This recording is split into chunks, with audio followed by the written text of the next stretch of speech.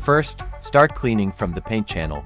Add cleaning liquid to the paint cup. Next, use a nylon brush to scrape off the stubborn paint on the spray cup.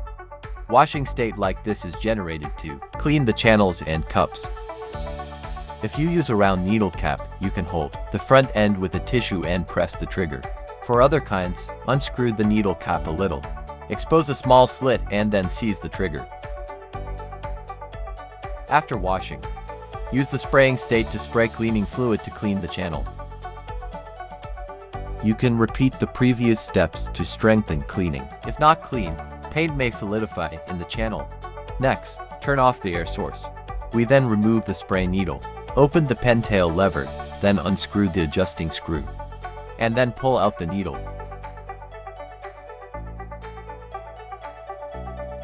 Just wipe the spray needle with a paper towel moistened with washing liquid.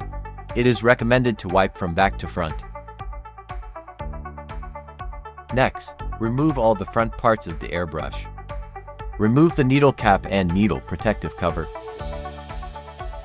Use a wrench to gently unscrew the nozzle.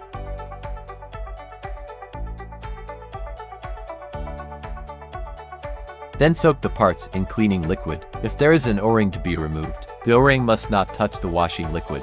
Soak for at least 2 to 3 minutes, or even 10 to 20 minutes. This will dissolve the dry paint. You can use cotton swabs to clean corners. After soaking, dry with paper towels. Corners can be wiped with cotton swabs. After cleaning, we need to put them all back together. The nozzle can be locked with a wrench. Then install the needle cap and airbrush protective cover. Put the nozzle back in. Be careful, the needle is easy to break. Then insert the adjusting screw. Put the pen tail lever back in place. Finally, dry the airbrush.